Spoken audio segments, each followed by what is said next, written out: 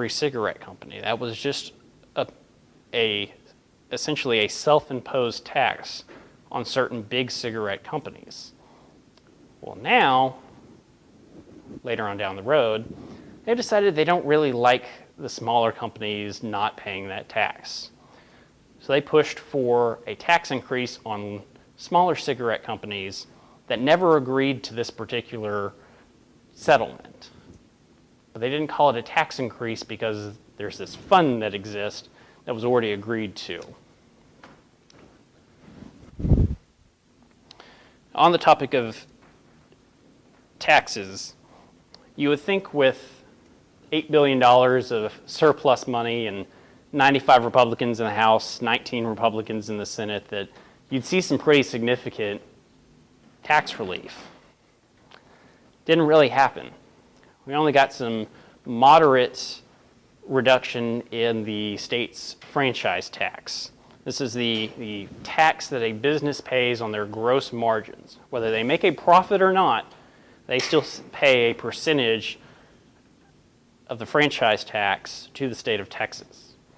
And it's become so convoluted that for a lot of small businesses, paying to comply with the tax costs more than the actual tax itself. And there are so many carve-outs that it's essentially, if you have a special enough interest for somebody to listen to you, you get your carve-out for that franchise tax, as opposed to a sales tax that's flat, transparent, easily collected. We've got about $1 billion worth of relief from that, which collects a little less than $2 billion. I believe it's per biennium. The House, with its Ways and Means Chairman Harvey Hildebrand, who's a rumored candidate for state comptroller, originally put a package together that just essentially cut out more carve-outs for special interests. The House sent that over to the Senate, and fortunately some wiser heads prevailed in that and made the franchise tax reduction there more flat. But that was still less than what the governor had asked for originally when he saw that there were no tax relief proposals put forth in the House towards the end of session.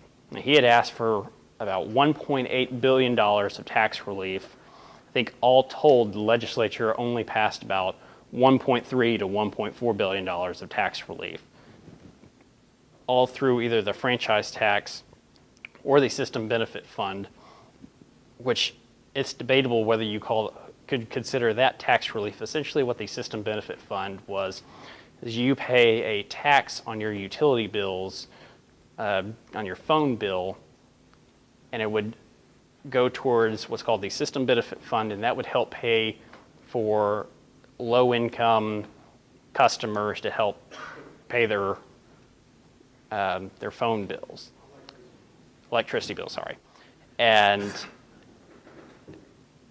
it's been used in the certification process for the state budget to say that they have enough revenue to match what they're spending. But it's never actually gone towards relief for low-income customers. It's just sat there. Unfortunately, they've put together a proposal to spend the remaining balance in that fund out to help zero it out, but it's not going to who actually paid to put that revenue into the fund. So it's a technical issue, but it's questionable if you want to call that tax relief. So all told, you got a relief, essentially a rebate relief, and modest tax relief on the franchise tax. One particular bill proposed by a moderate senator from West Texas that initially didn't gain much attention. And this bill would have required political organizations to disclose their donors over a certain threshold. Now, it didn't get any traction originally, but once people woke up and saw what the effect was, the Senate tried to recall it and had a two-thirds majority, even including Democrats, say we wanted this bill back. Well, what does this bill do? If you've ever heard of NAACP versus Alabama, this was a Supreme Court case in 1957 that said the state of Alabama could not require the NAACP to give up their donor list, because what would happen if that went into effect? These people would have had burning crosses on their front lawns and their windows smashed out in their businesses.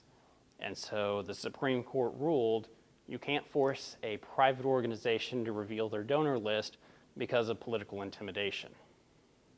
Fast forward to 2008, you may be familiar with Proposition 8 out in California. Well, a donor list for a few pro-traditional marriage groups out in California during this debate, their donor list were discovered and publicized. And it was a big up to do that their businesses and their homes were vandalized and had windows smashed out. And this is what happens when in the name of transparency, these donor lists get out in public. And you've seen what happens when list of registered gun owners, when that list goes public, and what they do to them in states like New York City. Well, a certain senator in West Texas decided that he didn't really like that these political organizations were essentially taking money from what he called dark money sources and using this to hold him accountable and hold his fellow legislators accountable.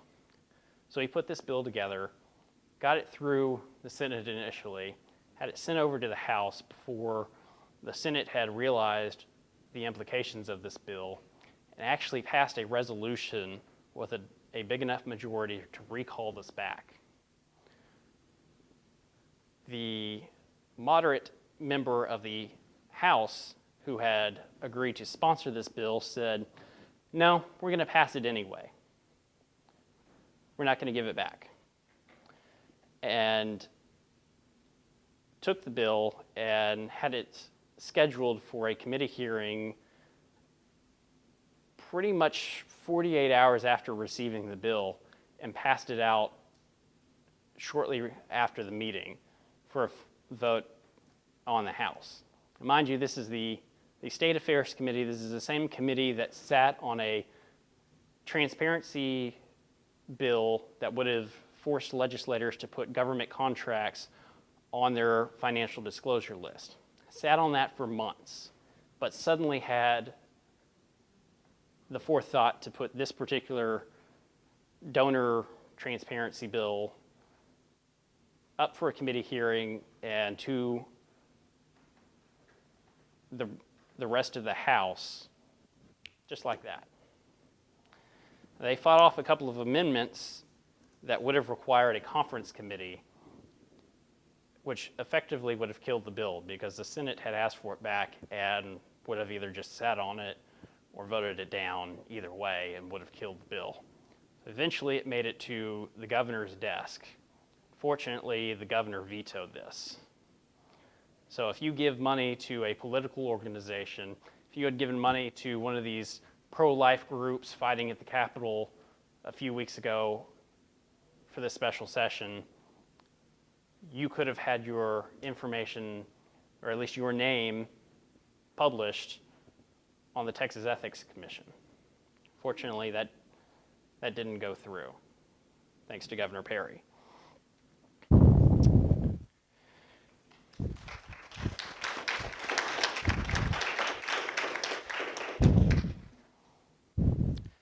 Unfortunately, Governor Perry didn't do much with the budget that dramatically increased spending this session. Now, you're going to hear a lot of legislators say that they only increased spending by about 8%, that they stayed within population plus inflation. But they're only comparing budget to budget.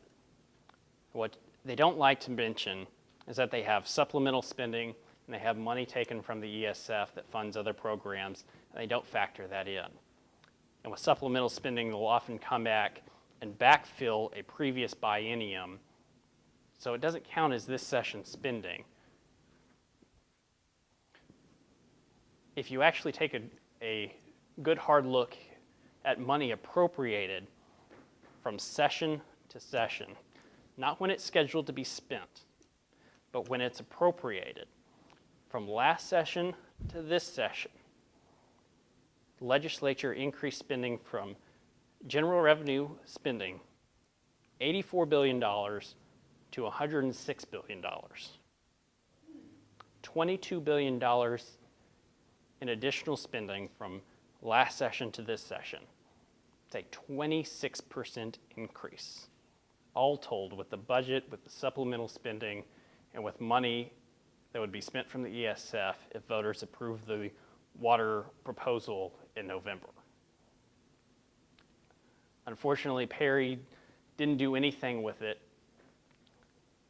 and I believe the only line item veto of his was for the Public Integrity Unit.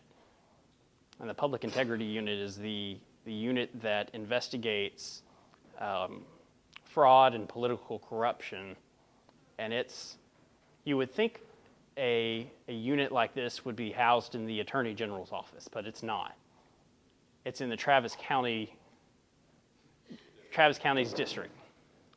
So the district attorney of Travis County is the one that heads this, not the Attorney General, not any politician that's held accountable to the entire state of Texas, just the district attorney that's only held accountable to Travis County. Yes, sir. That's the same one. It's the same one that was arrested for DWI. That's why they did not continue it, because she refused to remove herself from office. Beat me to it.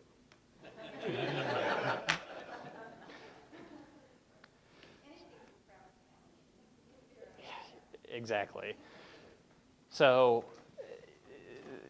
the legislature had flirted with the idea of cutting off funding and trying to move it from Travis County to the Attorney General's office, and never really materialized. So Governor Perry came in and vetoed the state appropriations for the Public Integrity Unit. That was his only line item veto on the budget.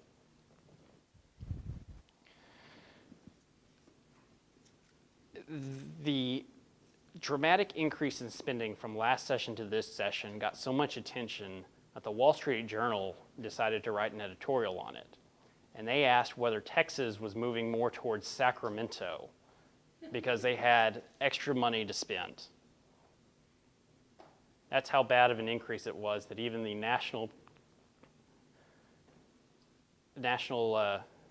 press picked up on it and asked, boy, that sure doesn't sound like Texas.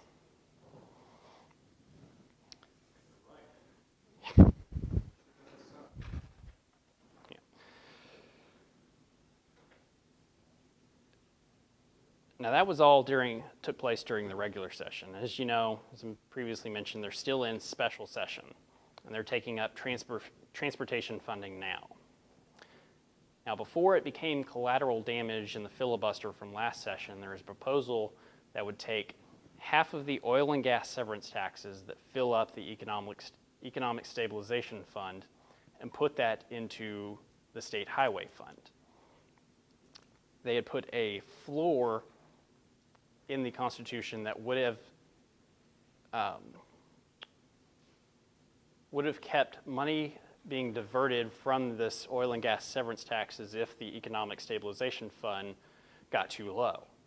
I think the final version before the bill died would have said it's got to have at least 1/3 of its statutory capacity, which I think today averages about $5 billion. Savings account has to have $5 billion before you take away its funding source or divert half of its funding source. The House didn't really like that, even though they had passed it the first time, and they're coming back and had just passed last night a proposal that would have done the same thing, but made it a little more complicated. They would have ended the diversion from the gas tax to public education and replaced it with half of the diversion from the oil and gas severance taxes and put that into public education. So it was essentially just swapping one diversion for another, but they decided they didn't want the floor anymore. So that means the Economic Stabilization Fund could have nothing in it, and we're still diverting half of its source of revenue, the same source that we use to ensure the state has a good credit rating, the same fund that we use to protect ourselves against severe economic downturns, against natural disasters.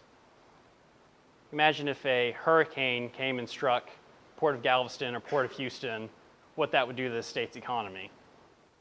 But we're not going to ensure, the House doesn't want to ensure that the Economic Stabilization Fund has a healthy balance in it.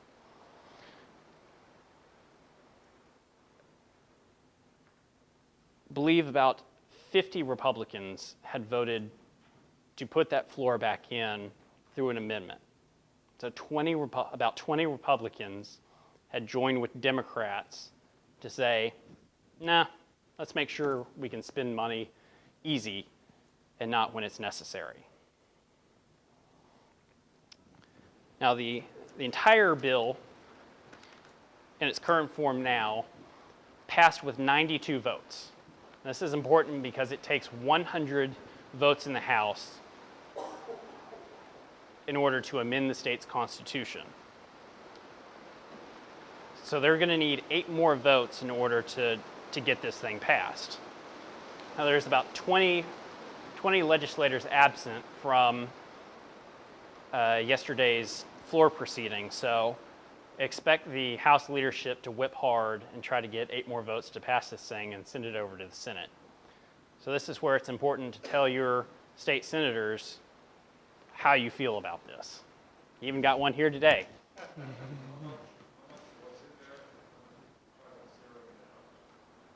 I'm just saying, theoretically, had there been, even if there was no money in the Economic Stabilization Fund, without a floor, it would still continue to divert half of the money that goes in to fill the Economic Stabilization Fund. Does that make sense?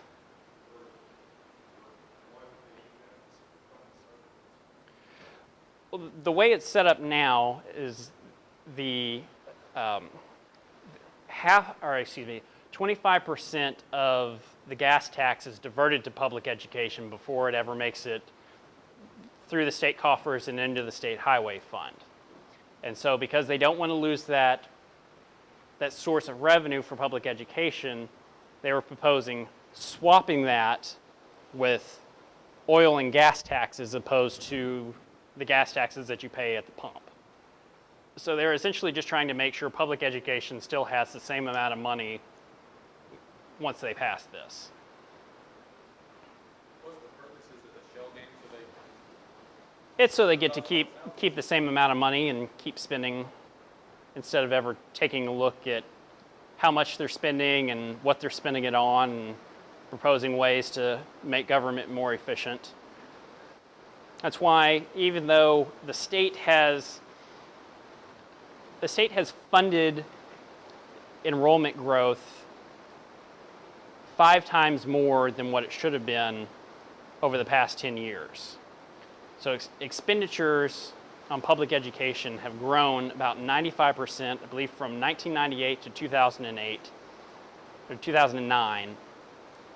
But enrollment growth, factoring in for inflation, only grew about 19%.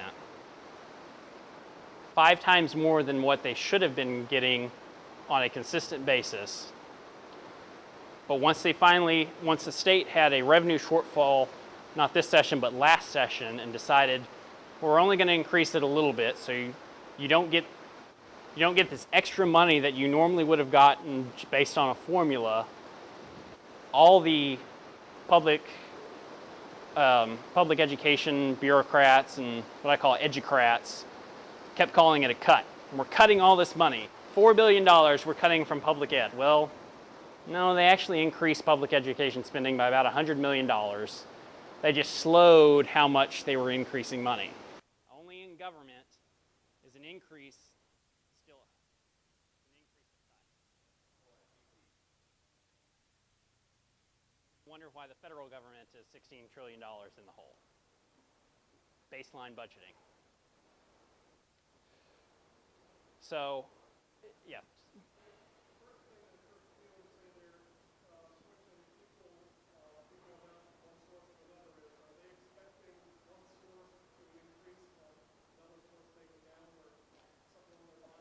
Maybe so, and that's the thing with oil and gas taxes is it's highly volatile.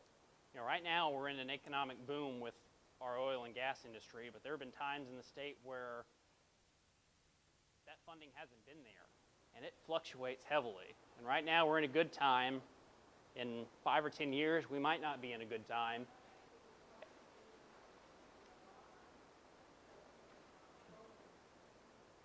Yeah, that's certainly not going to help. And then when times are bad, you know, you get these people addicted to more money, well, they're going to cry that they got their funding cut again because the money isn't there. And so they're going to come and try to find another source of revenue for this instead of just looking at how to make government more efficient, especially our public education system. That's why this entire transportation proposal is iffy at best, and without a floor to protect the Economic Stabilization Fund, it's bad policy. And right now we as an organization are opposed to the bill that's being put forth by the House right now. And a recap, you know, there were 92 votes yesterday on this particular constitutional amendment. They're going to need 100 on Thursday when they reconvene, and they're going to use that time to try to find that 100 votes. So we'll see by then whether or not the House passes this with enough of a majority to move forward, and we'll see how the Senate agrees or disagrees with them.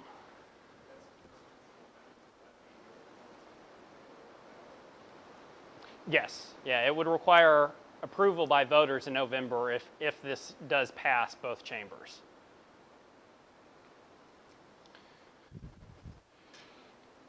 Probably running short on time. Let me remind you again,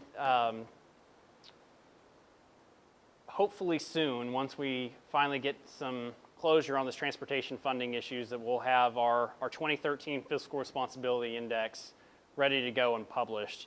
And I encourage you to sign up for our email list over here on our table to be one of the first ones to know how your legislators did on our index. Yes? Yes, we will. Yeah, and empowertexans.com. That's TEXANS.com. Yeah, if you want to do that electronically, just go to empowertexans.com and you'll see right on. That's not good. And you'll see right on the website where you can click to sign up to. And also, as we shift into election cycle, you'll be able to receive our newsletter to keep up on the campaigns.